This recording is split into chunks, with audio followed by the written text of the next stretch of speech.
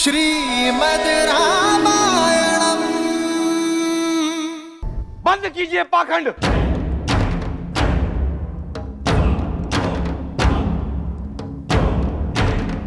यह चुनाव अनैतिक है।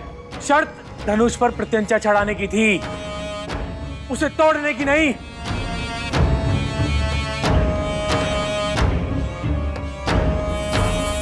बातचीत में समय क्यों नष्ट करना? मार दो इस बालक को।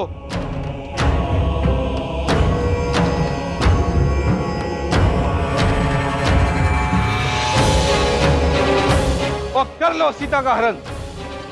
यदि जनक की सेना बीच में आई तो कर दो वध, क्योंकि कोई भी शिव धनुष अब मिथिला की रक्षा के लिए नहीं है। सावधान!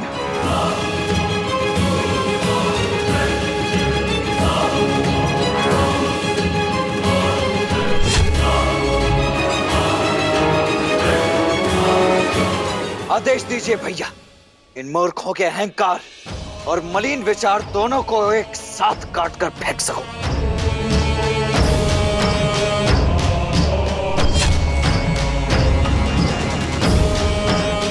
मेरे बाण तो कब से इन्हें चीरने के लिए आतुर हो रहे हैं। ये मनुष्य नहीं है, ये मनुष्यों के भेष में राक्षस है, राक्षस। आप बस आज्ञा दीजिए भैया। ये कामदेव जैसे दिखने वाला कोमल बालक कार्तिकी जैसे प्रचंड कैसे हो गया? लक्ष्मण,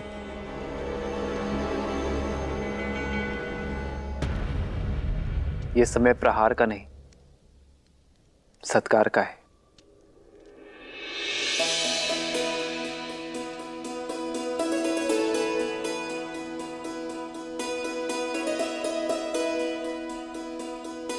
आप सब बड़े हैं हमसे। मेरे भाई की भूल को क्षमा करें और विवाह के लिए शुभाशीष दें।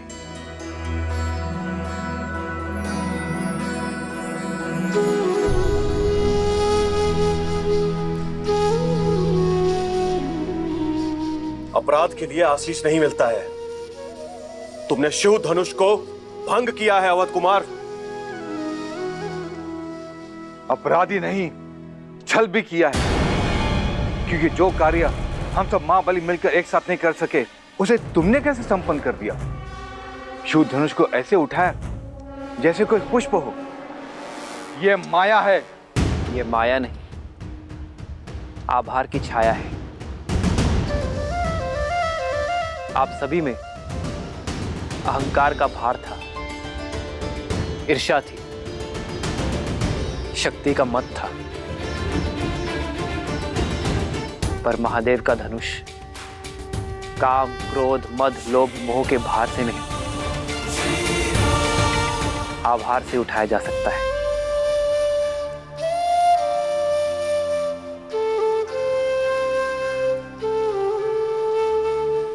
इसे आवेश से नहीं, आग्रह से उठाना था। महादेव के धनुष को उठाने का इससे अच्छा मार्ग कोई हो ही नहीं सकता।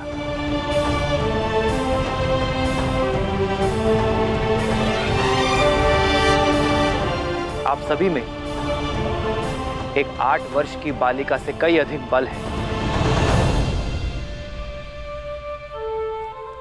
किंतु देवी सीता का मन मां गंगा की भांति पवित्र है। उन्होंने धनुष उठाने की अनुमति मांगी तो महादेव ने उन्हें अनुमति दे दी, और आज महादेव ने मुझे भी निराश नहीं किया।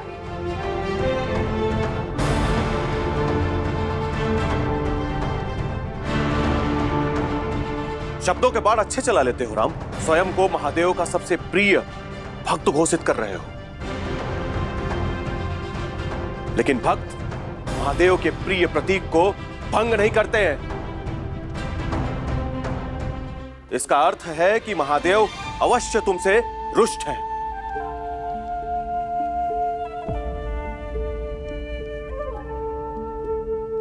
और हम उनका सम्मान उन्हें पुनः लौटाएंगे, तुम्हें मार के। फिर से कहना, फिर से कहना। शांत हो जाओ लक्ष्मण, शांत हो जाओ।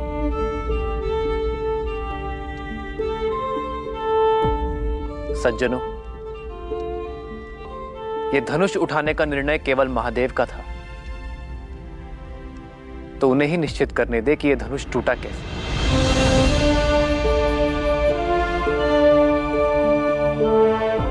महादेव का दूसरा नाम उद्देश्य है। मैं तो केवल एक निमित्त हूं। यह धनुष स्वयं इसलिए भंग हुआ क्योंकि कदाचित इसके होने का उद्देश्य पूर्ण हो चुका था।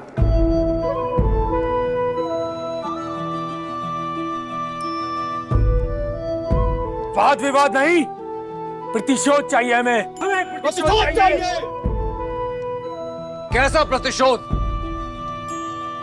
आपकी हार का? कहां गया था आपका मान सम्मान जब आप महाधनुष उठाने का प्रयत्न कर रहे थे और विफल हुए?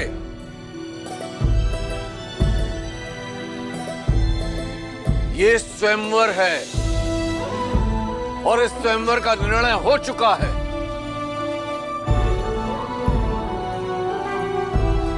मेरी पुत्री ने अपना वर चुन लिया है। एक पुरुष का दायित्व है कि वो स्त्री के निर्णय का सम्मान करे,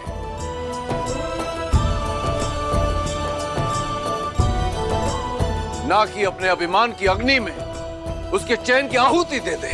ललकारो मत हमें जनक, हम मौन थे क्योंकि अब तुम्हारी रक्षा करने वाला शिव धनुष की ढाल भी अब भंग हो चुकी है। अब युद्ध की अग्नि में तुम्हें और तुम्हारी मिथिला को जलना होगा। और रही तुम्हारी ये सुंदर पुत्री, तो उसके भाग्य का निर्णय हम पर छोड़ दो।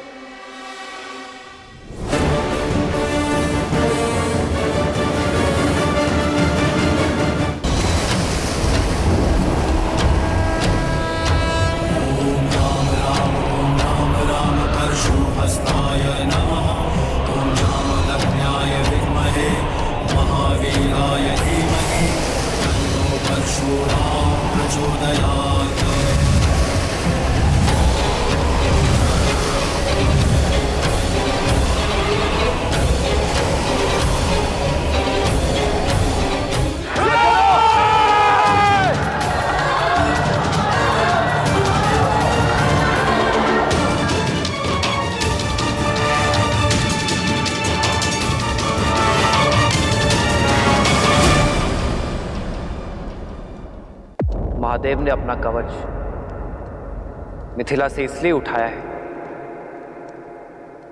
क्योंकि अयोध्या का कवच अब मिथिला पर आ चुका है।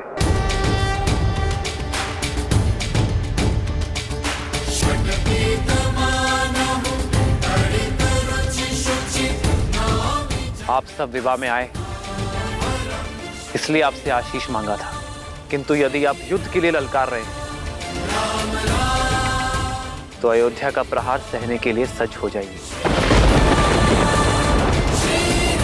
क्योंकि महाराज दशरथ के पुत्र युद्ध भूमि से पीछे नहीं हटेंगे।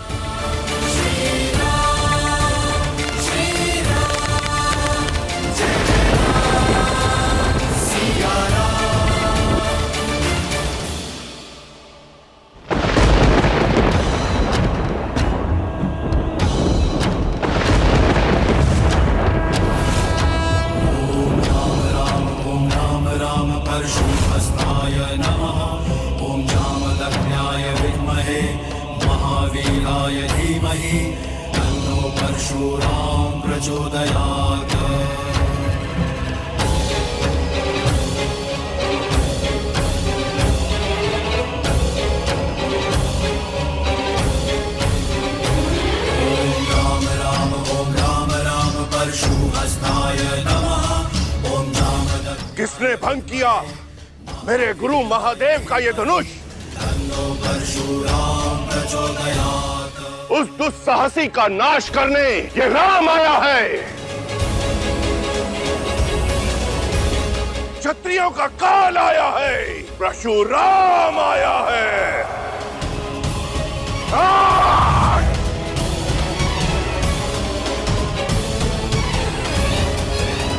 किसने मेरे आराध्य के धनुष को भंग किया?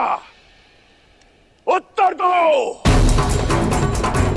अन्यथा इस सभा के साथ साथ मैं पूरी मिथिला को भस्म कर दूंगा।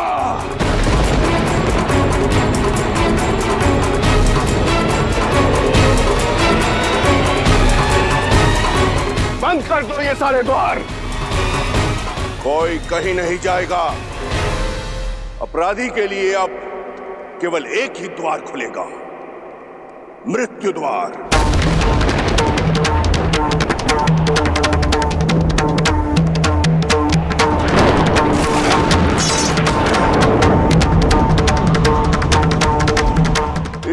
बार इस धरा को मैंने अभिमानी क्षत्रियों से विहीन किया है, 22वीं बार विनाश को निमंत्रण मत दो। बताओ किसने किया यह दुस्साहस? प्रभु छोड़ दीजिए, क्षमा कीजिए प्रभु, क्षमा कीजिए प्रभु। महादेव के अपराधी के नाम ना बताना भी मृत्यु प्राप्त करने के लिए पर्याप्त है। प्रभु परशुराम,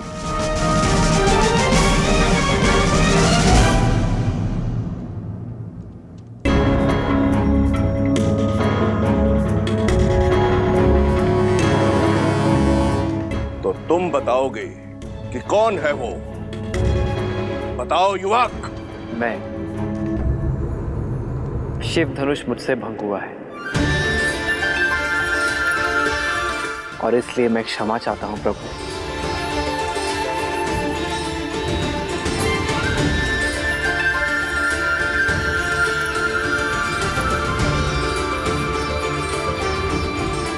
मत कीजिए क्षमा प्रभु, इसे क्षमा मत कीजिए। ले लीजिए इसे प्राण, यही है वो महापापी। हाँ भगवान, यही वो दुस्साहसी है जिसने शिव धनुष को भंग किया है। गुरुदेव, हम तो इसको खुद दंडित करने जा रहे थे, उसी क्षण आप प्रकट हो गए और यह शुभ कार्य आप अपने हाथों से कीजिए गुरुदेव। प्राण हर लीजिए इसके। तुमने ये परशुधारी राम जिसका रक्षक है, वो महाधनुष तुमने तोड़ा। अपना परिचय दो बालक। मैं भी राम, अयोध्यापति दशरथ का ज्येष्ठ पुत्र राम।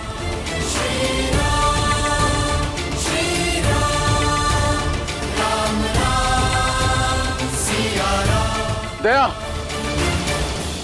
दया गुरुवर, ये मेरी पुत्री का वर है। अद्भुत,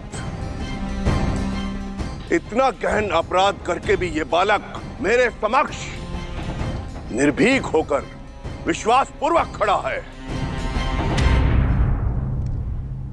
मैं तुम्हारे साहस से अभिभूत हुआ राम, किंतु फिर भी दुर्भाग्यवश मुझे तुम्हारा वध करना होगा।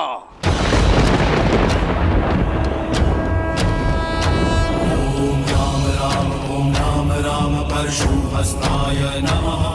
ओम जामदग्न्याय क्योंकि अब इस संसार में धीमहि केवल एक ही राम शेष रहेगा।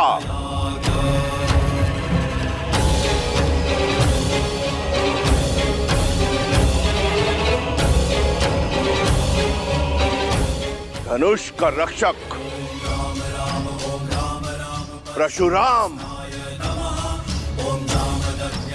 या धनुष का भंजक राम।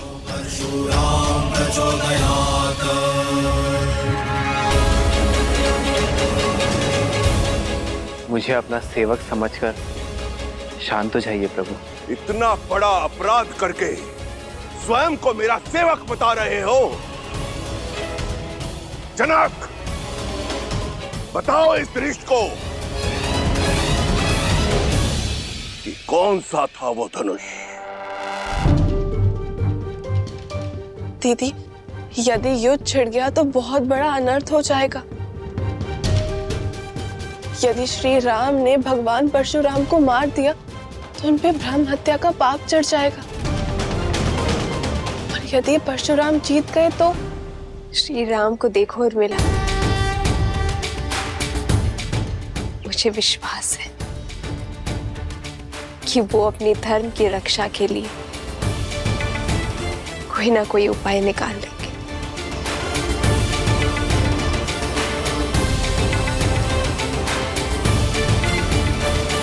क्षमा कर दे गुरुदेव, मेरी पुत्री ने इन्हें वर के रूप में चुना है। ये मेरे प्रश्न का उत्तर नहीं है जनक। उत्तर दो, बताओ कौन सा था वो धनुष।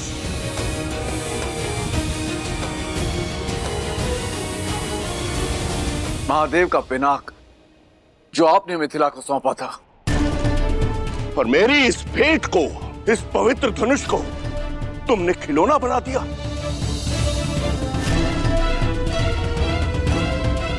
इन युवकों के मनोरंजन का साधन।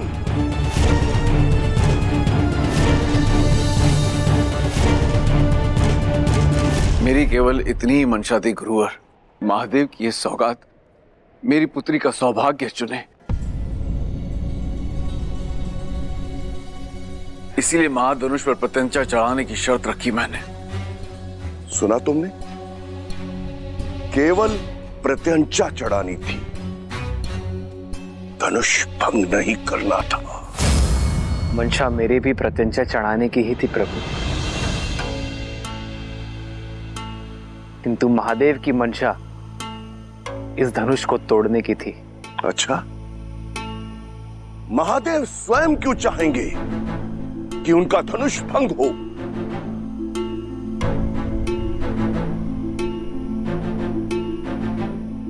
महादेव जिन्होंने हर क्षण न जाने कितने ब्रह्मांडों को नष्ट किया, जिन्हें उन्होंने स्वयं रचा है।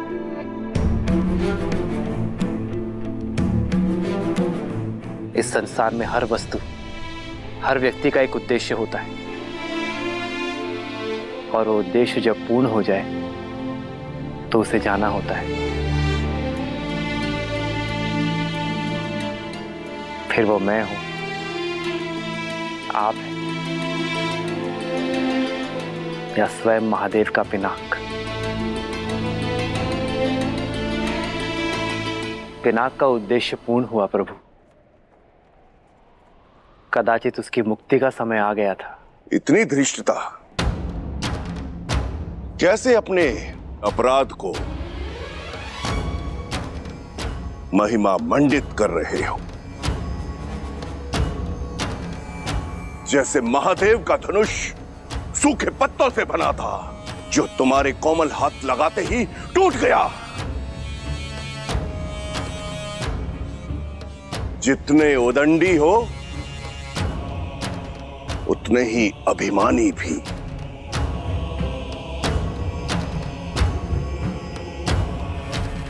अपने अपराध का दोष मेरे ईष्ट, मेरे गुरु, मेरे आराध्य, मेरे महादेव पर मढ़ रहे हो। मैंने तो केवल वही कहा जो सत्य है। सत्य? और एक सत्य मुझसे भी सुन लो, आज तुम्हारे जीवन का उद्देश्य पूर्ण हुआ।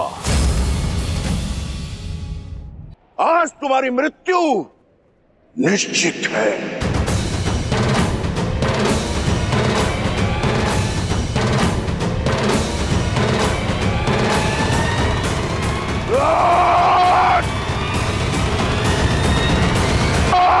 सावधान परशुपति,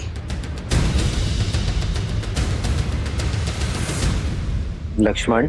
नहीं भैया, कम से कम आज तो मुझे मत रोकिए।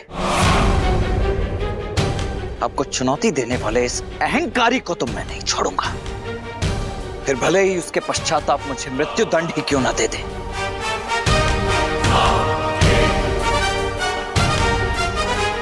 स्वयंवर में आए हो बालक, या स्वयं मरण में। लगता है दोनों भाइयों में होड़ लगी है कि पहले मृत्यु लोक कौन जाएगा।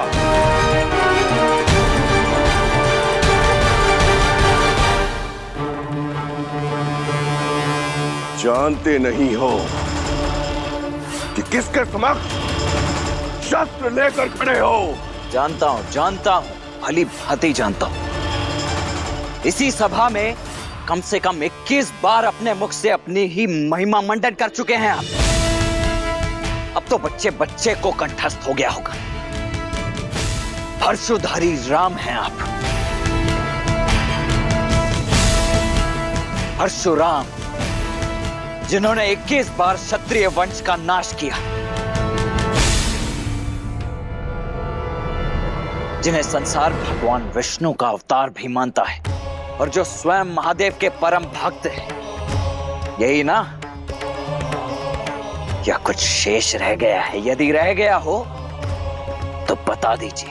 जहां इतनी बार सुन लिया, एक बार और सही, मैं सच जाऊं। बालक,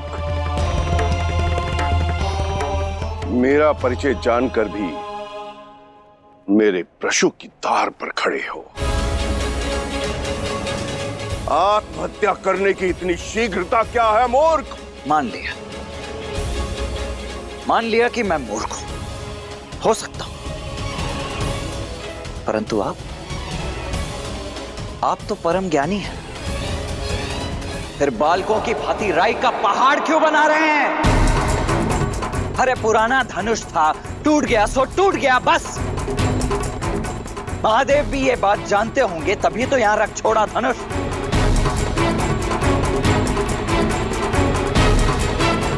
इतना क्या मोह पुराने धनुष से? बालपन में तो न जाने ऐसे खेल खेल में कितने धनुष तोड़ दिए हम। तब तो ना किसी ने धनुषों से ऐसा मोह किया और न ही ऐसा क्रोध।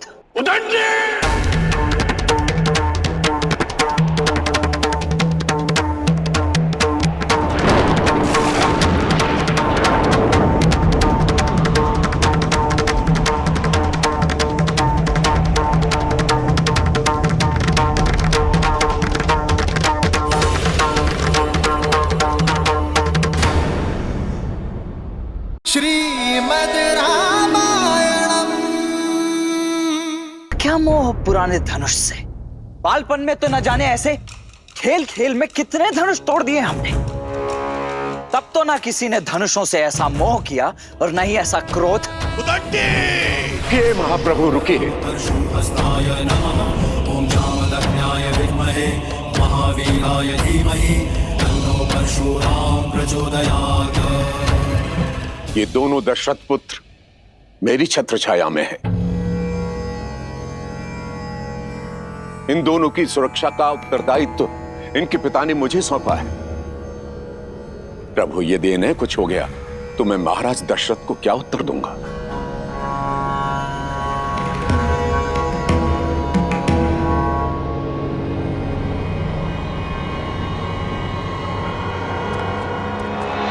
देख रहे हैं इस अभिमानी, इस उदंडी को विश्वामित्र कैसे मंद मंद मुस्कुरा रहा है, कैसे मेरा उपहास कर रहा है।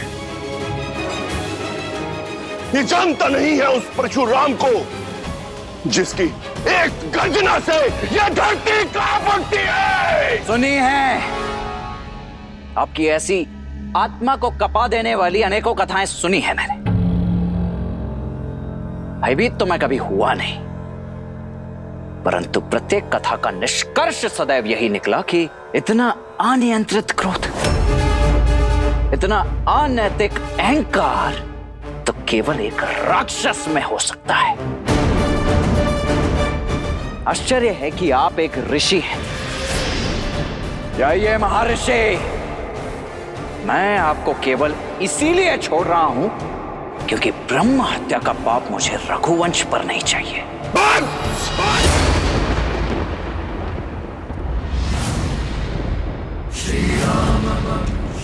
विश्वामित्र, इसने मेरा अनादर करने का साहस कैसे किया? सम्मान, परिस्थिति और स्थान देखकर किया जाता है महोदय। और आप मेरे ज्येष्ठ भ्राता के शुभ विवाह के अवसर पर अशुभ समाचार बनकर आए हैं। फिर अब चाहे आप ब्रह्मा हो, महादेव हो या स्वयं विष्णु के अवतार ही क्यों ना हो,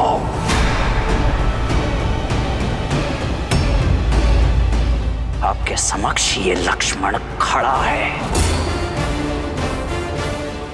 आप होंगे संसार के भगवान, मेरे भगवान।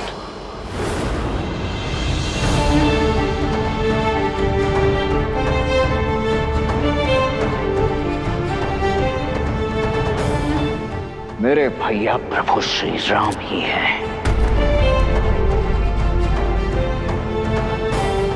और यदि मेरे भगवान के ऊपर किसी ने शास्त्र उठाया, कवच ये लक्ष्मण होगा है।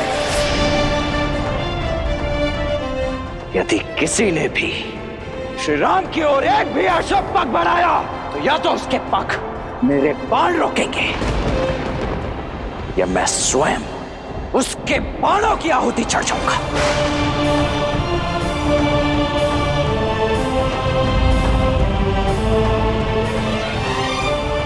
दशरथ पुत्र लक्ष्मण की, श्री रामचंद्र की, श्री रामचंद्र की, राम लक्ष्मण की, राम लक्ष्मण की।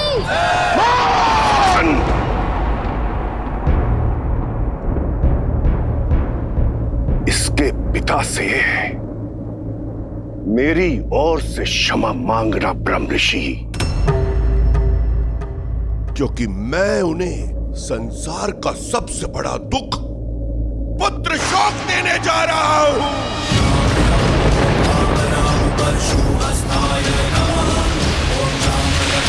विद्महे महावीराय धीमहि तन्नो परशुराम प्रचोदयात्।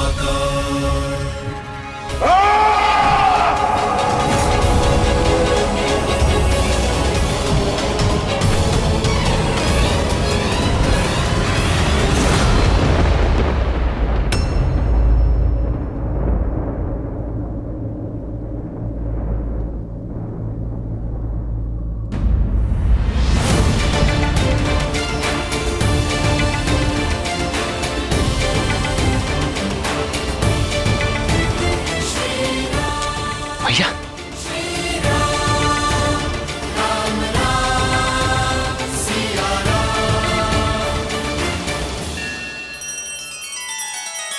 श्री रामचंद्र कृपालु भजु मन हरण भव भय दारुणम।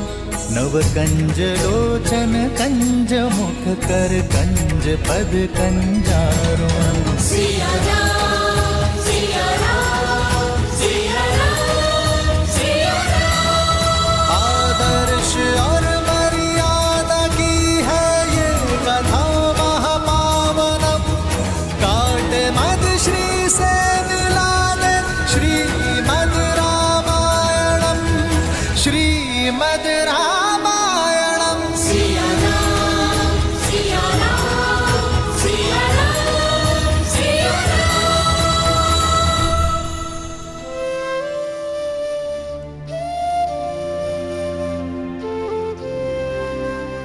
मैं धनुष भंग होने का कारण आदर सहित स्पष्ट कर चुका हूं प्रभु,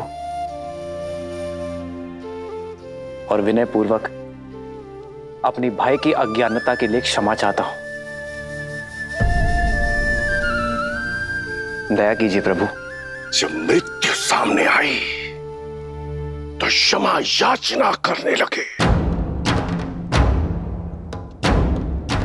कदाचित तुम्हें स्मरण नहीं है राम, कि परशुराम की झोली में क्षमा नहीं है।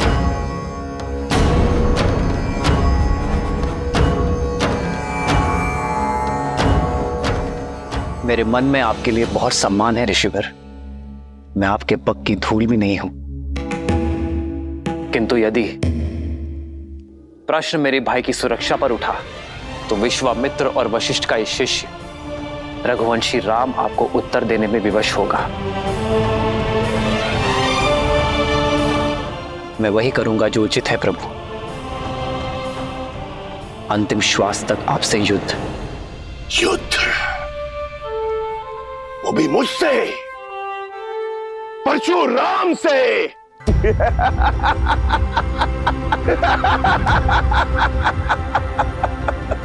जिसने कार्तिवीर्य अर्जुन की 998 भुजाएं काटकर उसके सर को धड़ से अलग कर दिया, उस परशुराम से जिसे बिना तोड़े धनुष पर प्रत्यंचा चढ़ाना नहीं आता, वो इस परशुराम के समक्ष शस्त्र उठाएगा।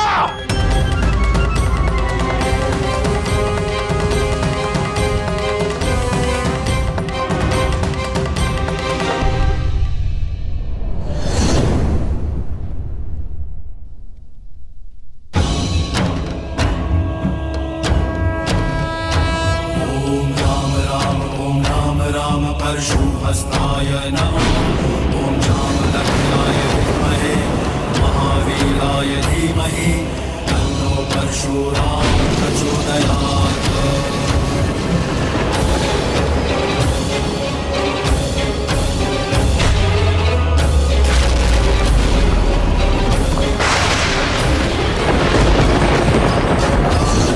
परशुहस्ताय नमः।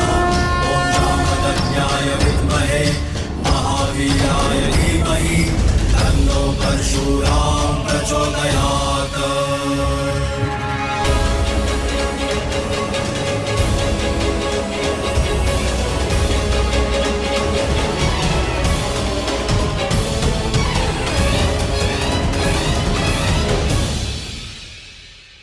पिनाक को तोड़ने का मद रखने वाले बालक, ये श्री हरि नारायण का धनुष सारंग है। महादेव के धनुष को तो तुमने भूल से तोड़ दिया, अब इसे उठाओ और चढ़ाओ इस पर प्रत्यंचा।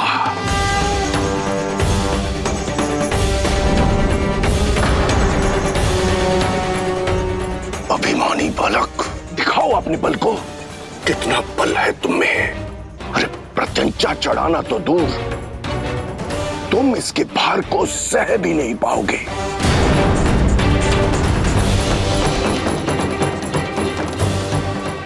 अरे चढ़ाओ प्रत्यंचा, ताकि सब देखें कि अयोध्या का बल इसके भार के नीचे कैसे कुचला गया।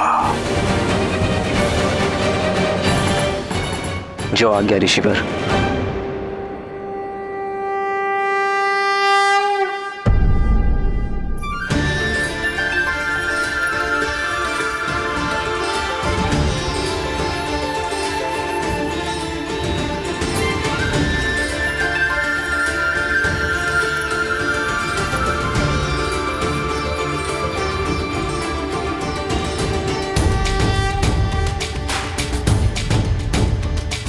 श्री राम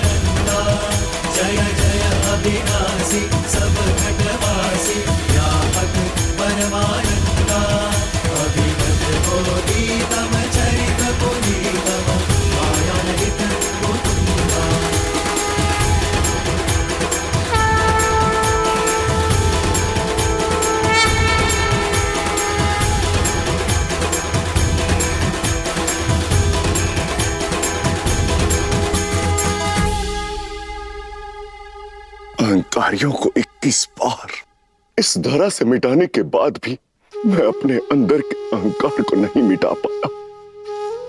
मैं आपको पहचान नहीं पाया राम। अब समझा कि कैसे आप शिव का धनुष उठाने में सक्षम हुए।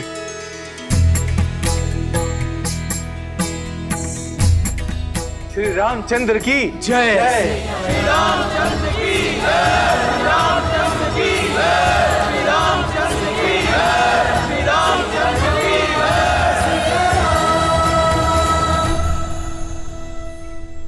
जय। ये जय जयकार नए युग का शंखनाद है। त्रेता युग में उगे नए सूर्य का। अनजाने में ही सही, परंतु सत्य कहा मैंने कि अब इस भूलोक में दो राम नहीं रह सकते। अब उस राम की आवश्यकता है जो हर रूप में संपूर्ण है। उस परशुराम की नहीं जो आवेश और क्रोध के कारण अपूर्ण है। भगवान परशुराम, वसंत के आने से ग्रीष्म का महत्व तो कम नहीं हो जाता, वैसे ही राम के आने से परशुराम का महत्व तो घट नहीं जाता। इस संसार को आज भी आपकी आवश्यकता है। चिरंजीवी बनके एक महागुरु के रूप में आपको युगों युगों तक रहना है। महान योद्धाओं को युद्ध की कला और योग का ज्ञान देना है। जो कुछ आपने महादेव से ग्रहण किया है उसे जनमानस को देना है, मानवता को देना है।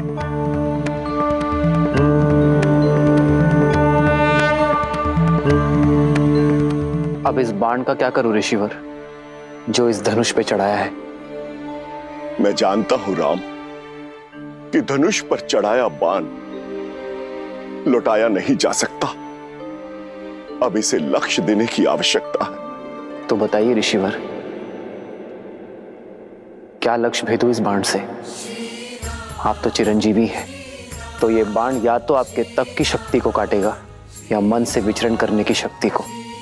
पूरे आर्यावर्त और दक्षिणात्य में महारथियों को ज्ञान देने और हिमालय से दूर दक्षिण तक अनेक आश्रम स्थापित करने में मन की गति का सहयोग होगा।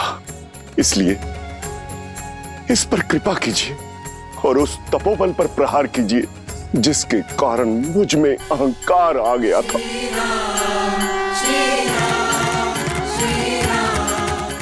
राम, इस बाण को पूर्व दिशा में छोड़िए ताकि मैं महेंद्र पर्वत पर जाकर पुनः तपस्या कर सकूं। समुद्र में डूबी वो भूमि पुनः प्राप्त कर सकूं जो वामन अवतार द्वारा असुर राजा महाबली को पाताल भेजते समय जल में समा गई थी। जाते जाते धर्म स्थापना और अधर्म के विनाश का दायित्व आपको सौंपकर मैं आपसे विदा लेता हूं राम, विदा लेता हूं। जो आज्ञा प्रभु।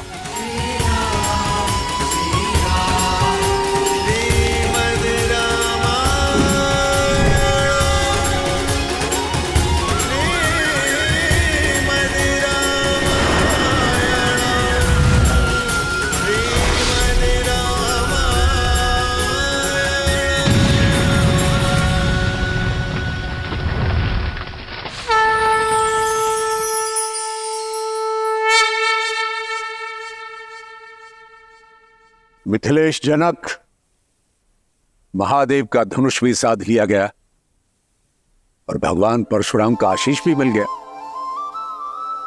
बस अब किस बात का विलंब? पूरे विधि विधान से विवाह की तैयारियां कीजिए।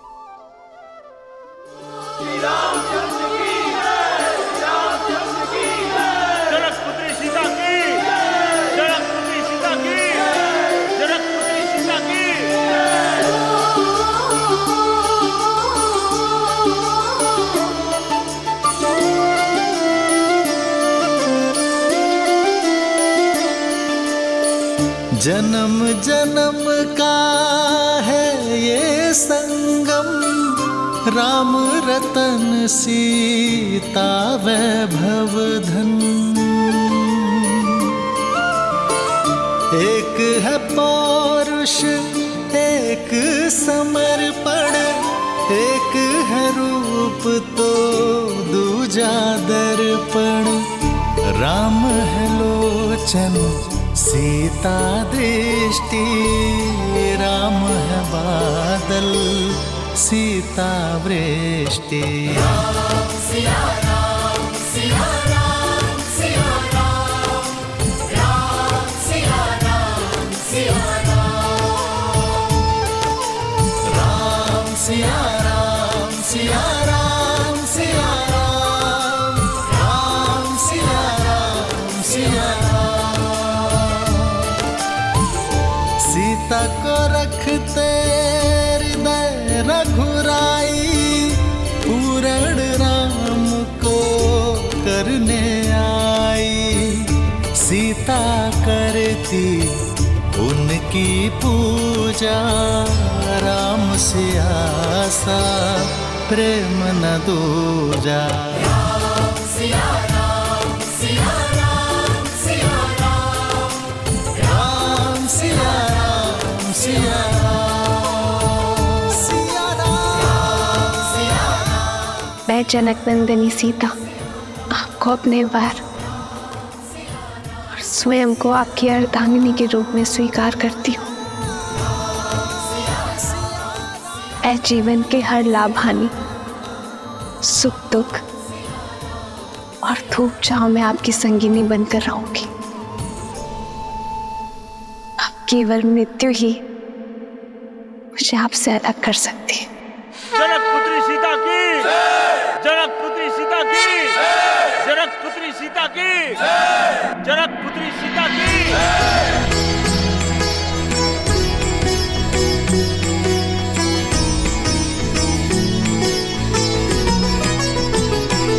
हो सोहती सिए राम के जोरी, छवि सिंगारू मनहूँ एक ठोरी। सखी कहाही प्रभु पद गहु सीता, करती न चरण परस अति भीता। आपने मुझे अपना अर्धांग चुना है, अर्थात हम दोनों एक दूसरे को पूर्ण करेंगे। आज से मैं आप हूं और आप मैं, ना कोई छोटा ना कोई बड़ा, ना स्वामी ना सेवक। हर स्थान हर मान में हम दोनों समान होंगे।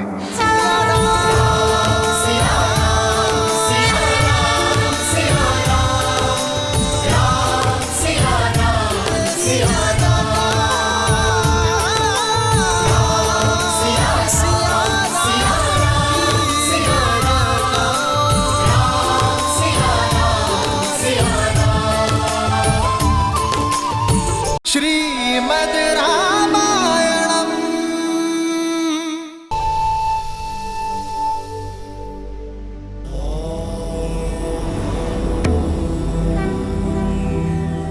देवी के मुख को देखकर प्रतीत होता है कि मन में कोई शंका है। शंका नहीं, उत्सुकता है महादेव। परशुराम तो स्वयं नारायण के अवतार थे, तो फिर वो श्री राम को पहचान कैसे नहीं पाए और उन्होंने क्रोध क्यों किया? और एक ही समय में विष्णु के दो अवतार संभव हैं? देवी ये तो उचित नहीं है। मुझ भोले से एक साथ इतने सारे प्रश्नों का उत्तर चाहती हैं आप। मैं एक एक करके उत्तर देता हूं। सत्य तो यह है कि भगवान परशुराम ने श्री राम को देखते ही पहचान लिया कि वो नारायण का पूर्ण अवतार है, परंतु आवश्यक ये था कि ये संसार भी जान ले कि वो कोई साधारण राजकुमार नहीं, अपितु स्वयं नारायण है। यही कारण है कि भगवान परशुराम ने श्री राम के समक्ष विष्णु के धनुष सारंग पर प्रत्यंचा चढ़ाने की चुनौती रखी। ऐसा उन्होंने इसलिए किया ताकि ये संसार श्री राम के बल और उनकी श्रेष्ठता को स्वीकार कर सके।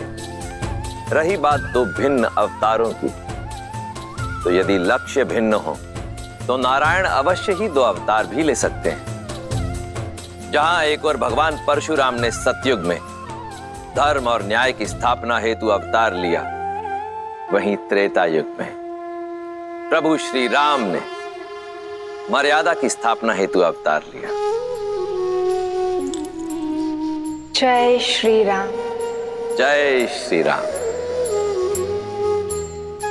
अब कथा में आगे बढ़िए ना महादेव, मुझे श्री राम और सीता का विवाह देखना है। देवी, इतनी आतुरता अच्छी नहीं। आप अपनी अधीरता के रथ को तनिक थामिए। हम सीता और राम के विवाह की बात कर रहे हैं। कितने प्रबंध करने होते हैं, कितने काम होते हैं, उसमें अभी समय लगेगा। परंतु तब तक मैं अपनी प्रिय का मन बहलाने के लिए आपको इसी कथा के एक अन्य पात्र की कथा सुनाता हूं। कौन है वो? मेरा परम भक्त लंकापति रावण, जो अब तक ना तो सीता स्वयंवर में हुए अपने अपमान को भूला था,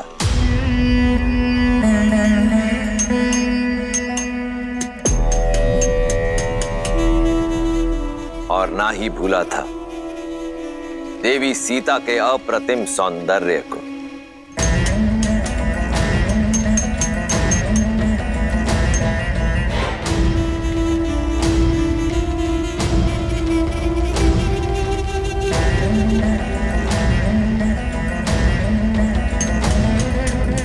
भैया, भैया वो विद्युत जीवा।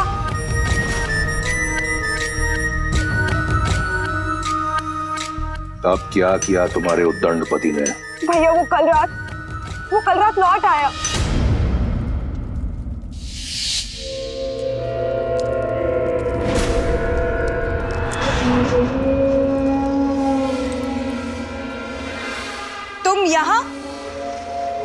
तुम यहाँ क्या कर रहे हो विद्युत जीवा? क्या एक पति को अपनी पत्नी, एक पिता को अपने पुत्र के पास होने का कोई अधिकार नहीं है? जैसे आए हो वैसे ही लौट जाओ विद्युत जीवा, अन्यथा भैया तुम्हारे प्राण ले लेंगे, क्योंकि वो अपना अपमान कभी भी नहीं भूलते। अपमान तो मेरा किया है तुम्हारे भाई ने। क्या अधिक चाहा था मैंने? एक छोटा सा राज्य ना। राज भिक्षा में नहीं मांगे जाते विद्युत जीवा, बल्कि बल और साहस से अर्जित किए जाते हैं, जो तुम में बिल्कुल भी नहीं था। आज की बात करो सुपर्णखा।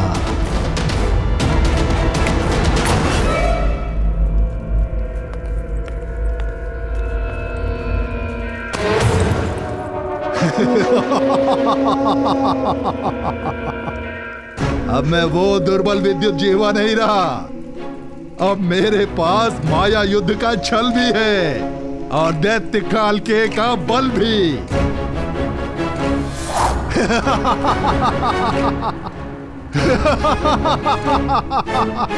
ये काल के? हाँ, काल के अस्त्र। मैं रावण से डरकर भागा नहीं था शूर्पणखा। मैं तो सज्ज हो रहा था उसका सामना करने के लिए। धरा से नीचे गहराई में पाताल और रसातल के मध्य एक नगर है, आसमानगढ़। मायावी नगर है वो, जो रक्षित है नीवट कवच दानवों द्वारा, जो माया युद्ध में प्रबल हैं। और अकेला नहीं हूं मैं। रावण के भय से छुपे आसमानगढ़ में मेरे संबंधी दैत्य काल के भी मेरे साथ हैं। कुछ नहीं कर पाएंगे तुम्हारे ये काल के, क्योंकि स्वयं काल मेरे महाशक्तिशाली भाई का दास है। महाशक्तिशाली? अरे तो कहां है सीता? कहां है शिव धनुष? हाँ, उसकी शक्ति का प्रदर्शन पूरे संसार ने मिथिला में देखा था। अब समय मेरा है, लंका अब मेरी होगी, रावण का अंत होगा। मूर्ख हो तुम, देव असुर यक्ष गंधर्व, कोई भी मेरे भाई को मार नहीं सकता। मार नहीं सकता तो बंदी बना लूंगा, पर रक्तपात से क्या लाभ है? अरे जाओ जाओ, जाकर समझाओ अपने भाई को, सिंहासन त्याग कर मुझे सौंप दे, अन्यथा मेरे पास दूसरे मार्ग भी हैं। भैया, मैं आपका अहित होते हुए नहीं देख सकती, मैं आपका घात होते हुए नहीं देख सकती, इसलिए आपको सावधान करने चली आई। क्षमा कर दीजिए विद्युत जीवा को, मूर्ख है वो, पर मेरा पति है। भैया, आपका ये मौन मुझे भयभीत कर रहा है भैया।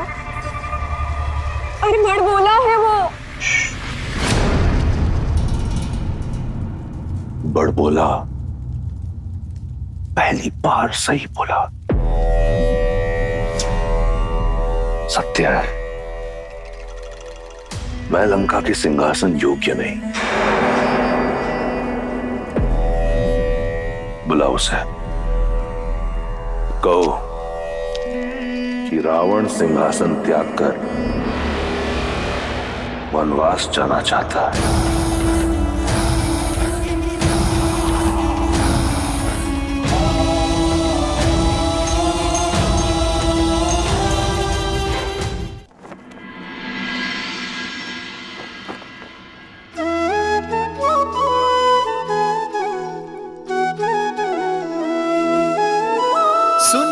महिपति मुकुट मणि तुम सम धन्य न को, राम लखनु जिन्हके तनय विश्व विभूषण दो।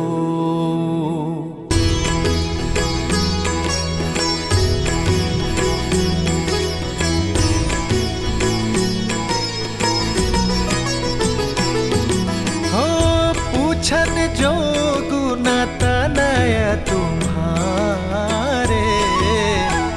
पुरुष सिंधति हूँ पुर उजियारे।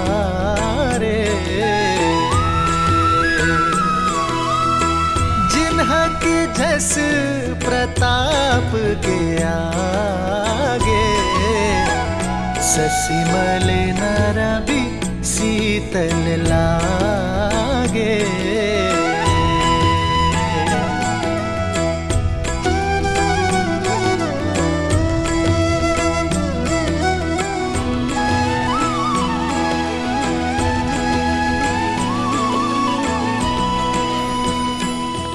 अयोध्या राज की जय हो। महाराज, मिथिला से आपके लिए संदेश है।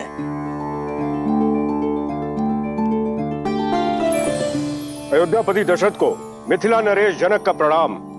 आपको पूर्व में मेरी पुत्री के स्वयंवर के विषय में सूचित किया गया था, पर आपने आने में असमर्थता दिखाई, क्योंकि आपके पुत्र ब्रह्म ऋषि विश्वामित्र के साथ थे। महादेव की कृपा और मां गौरी के आशीर्वाद से ब्रह्म ऋषि विश्वामित्र आपके पुत्र राम और लक्ष्मण को स्वतः स्वयंवर में ले आए, और जब संसार का कोई शूरवीर शिव धनुष की प्रत्यंचा न चढ़ा पाया, तो ब्रह्म ऋषि के आदेश से आपके सुपुत्र श्री राम ने चुनौती पूरी कर दिखाई।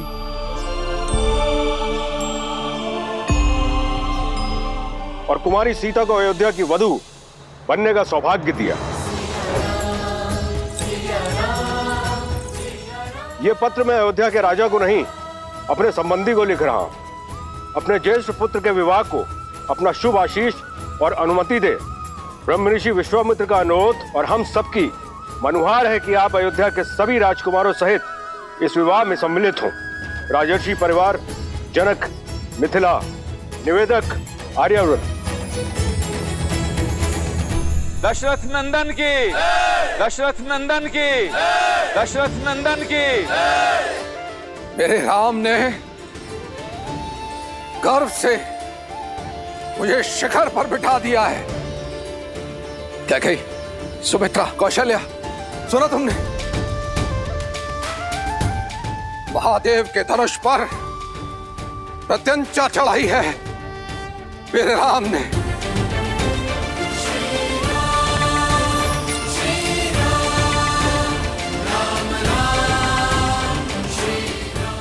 हमारे राम ने ये कार्य यदि कोई कर सकता था तो केवल हमारा राम।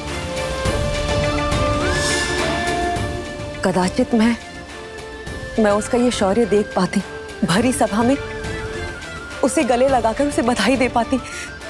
दीदी हमारा राम, सुमित्रा।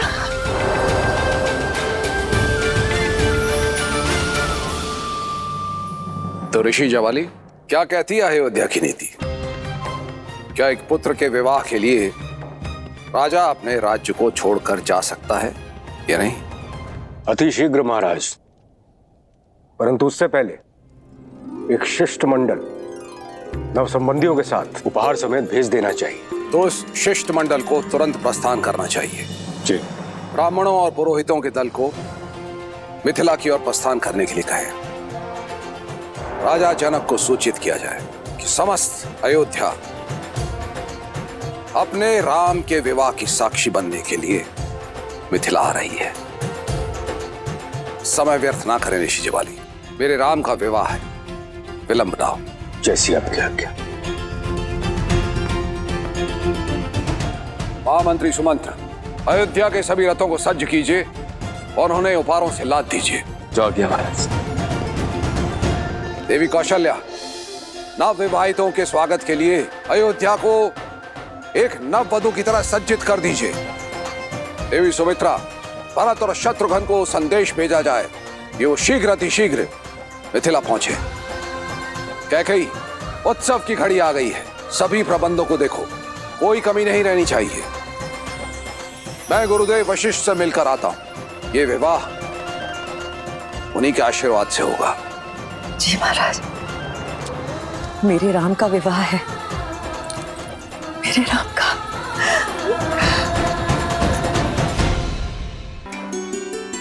मेरे राम का विवाह होने जा रहा है। मेरे जीवन की सबसे शुभ सूचना है। मंत्रा, मेरी चूड़ामणि कहाँ है? इतने वर्षों से अपनी वधु के लिए संभाल के रखी थी। विवाह तो राम का है कैकेयी, किंतु तुम ऐसे प्रसन्न हो रही हो जैसे कि भरत की वधु घर आ रही है। ऐसे सज्ज हो रही हो जैसे कि राम तुम्हारे वंश को आगे बढ़ाएगा। मां कहकर नहीं पुकारा होता ना, तो अभी इसी क्षण तुम्हारी जीभ काट देती। वो जीभ जो सदैव शुभ अवसर पर विष उगलती है। एक बात कान खोल के सुन लो मंत्रा, विवाह मेरे पुत्र राम का है, मेरे राम का। समझी तुम? जीभ क्या, गर्दन काट दो ना मेरी। सत्य तो नहीं बदलेगा, और तुम जब ठोकर खाओगी ना तब समझोगी। जब राम को जन्म देने वाली मां कौशल्या स्वयं इस विवाह में नहीं जा रही, तो रीतियों की बेड़ियों को तोड़कर महाराज दशरथ तुम्हें वहां कैसे ले जा सकते हैं? रीति तो स्त्रियों के युद्ध में जाने की भी नहीं है रघुवंश में।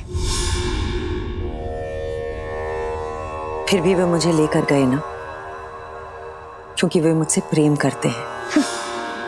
उनकी सबसे प्रिय पत्नी हूं मैं, राम की सबसे प्रिय मां। और फिर अगर वहां जाऊंगी तो भरत से भी भेंट कर लूंगी। अब तो मुझे बातों में मत उलझाओ, शीघ्र मेरी चूड़ामणि ढूंढो।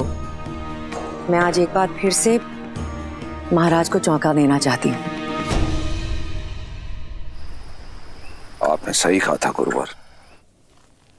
श्राप के भय से मैं अपनी ही संतान के भविष्य के आड़े आ रहा था। देखिए ना, मेरा राम संसार की सर्वश्रेष्ठ कन्या का वर चुना गया है।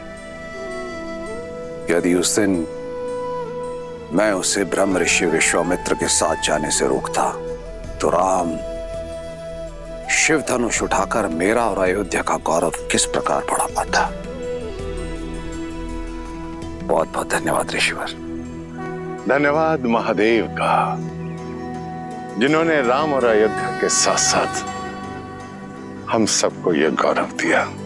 जो भूल करने से बच गए उस पर पछतावा करने से कोई लाभ नहीं पुत्र। आओ राम के इस भव्य विवाह की यात्रा प्रारंभ करें।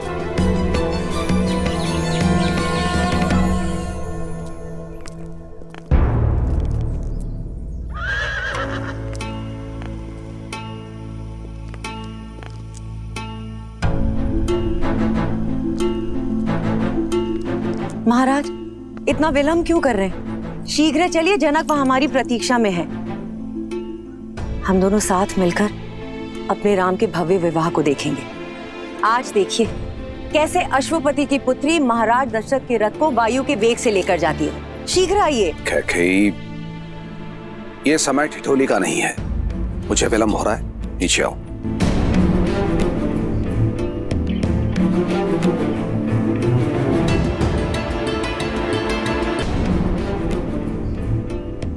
अच्छा, तो अब महाराज रीति नीति की दुहाई देकर मुझे रोकने का प्रयास करेंगे। कोई भी रीति या नीति मुझे अपने राम के विवाह में जाने से नहीं रोक सकती महाराज। कौशल्या और सुमित्रा भी राम की मां है, किंतु वो भी तो नहीं जा रही। और फिर परिस्थितियां भी अनुकूल नहीं है। राम के द्वारा धनुष को भंग करने के कारण बहुत से राजाओं के स्वप्न भंग हुए हैं और ईर्ष्या में वो मिथिला और अयोध्या के शत्रु बन बैठे हैं। इसी कारणवश यदि मार्ग में कोई अनहोनी हो गई तो तब तो मेरा जाना और आवश्यक है महाराज, आपकी रक्षा करने के लिए। कैकेयी, मैं अपनी नहीं अयोध्या की बात कर रहा हूं। ना ही तो कोई मेरा पुत्र है और ना ही कोई मंत्री, हो तो केवल तुम। सुमित्रा और कौशल्या परिवार को संभाल सकती हैं, किंतु सुरक्षा की दृष्टि से सबसे श्रेष्ठ तो तुम ही हो गई। किंतु मेरे राम का विवाह है महाराज, ये अवसर मुझसे मत छीनिए। मैं अपने राम को फेरे लेते हुए देखना चाहती हूँ।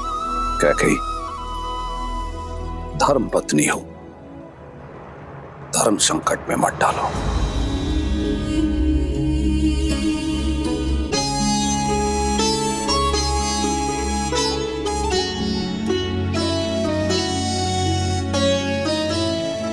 किंतु मैं तुम्हें इस प्रकार भावुक भी नहीं देख सकता।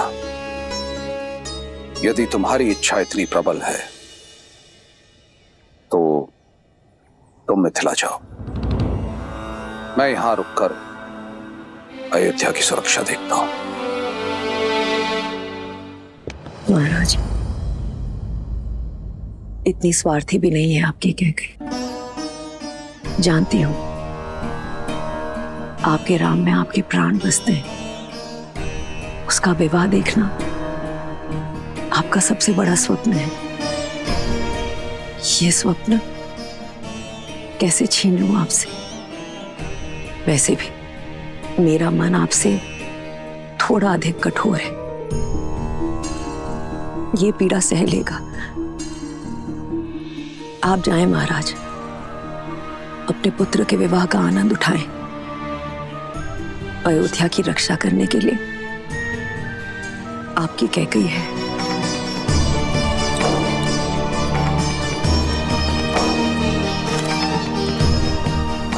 और महाराज, मुझे तो वैसे भी यहां रहकर राम और वधू सीता के स्वागत के प्रबंध करने हैं।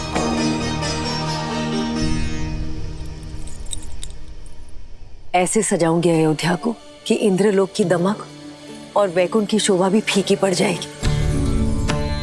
प्रिय कैकेयी, ये मेरा वचन है, अगली बार कोई बाधा नहीं होगी। हमारे पुत्र भरत के विवाह में उसकी माता अवश्य उपस्थित होगी और वो हर रीति में सम्मिलित होंगी। आप राम और सीता को मेरा प्रेम दीजिएगा। आप जाए महाराज, विदा।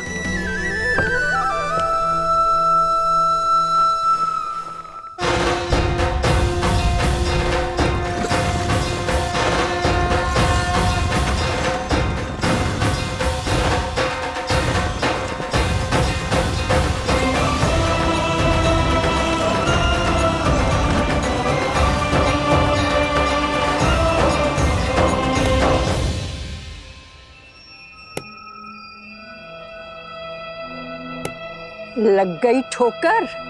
अब तो समझ लो, तुम ही हो जो राम नाम की रट लगाए फिरती हो। अपने पति के युद्ध में रथ में उंगली फंसाए फिरती हो, किंतु तुम ये नहीं जानती कैकई कि महाराज दशरथ के हृदय में केवल उनका ज्येष्ठ पुत्र ही बसता है, और वो है राम। उन्हें ना कैकई की चिंता है और ना भरत की। कैकई, मेरे शब्दों को गांठ बांध लो, वो समय दूर नहीं कैकई जब तुम्हें विश्वास हो जाएगा कि अयोध्या में तुम्हारे हित के बारे में केवल मैं सोचती हूं, ना राम और ना महाराज दशरथ।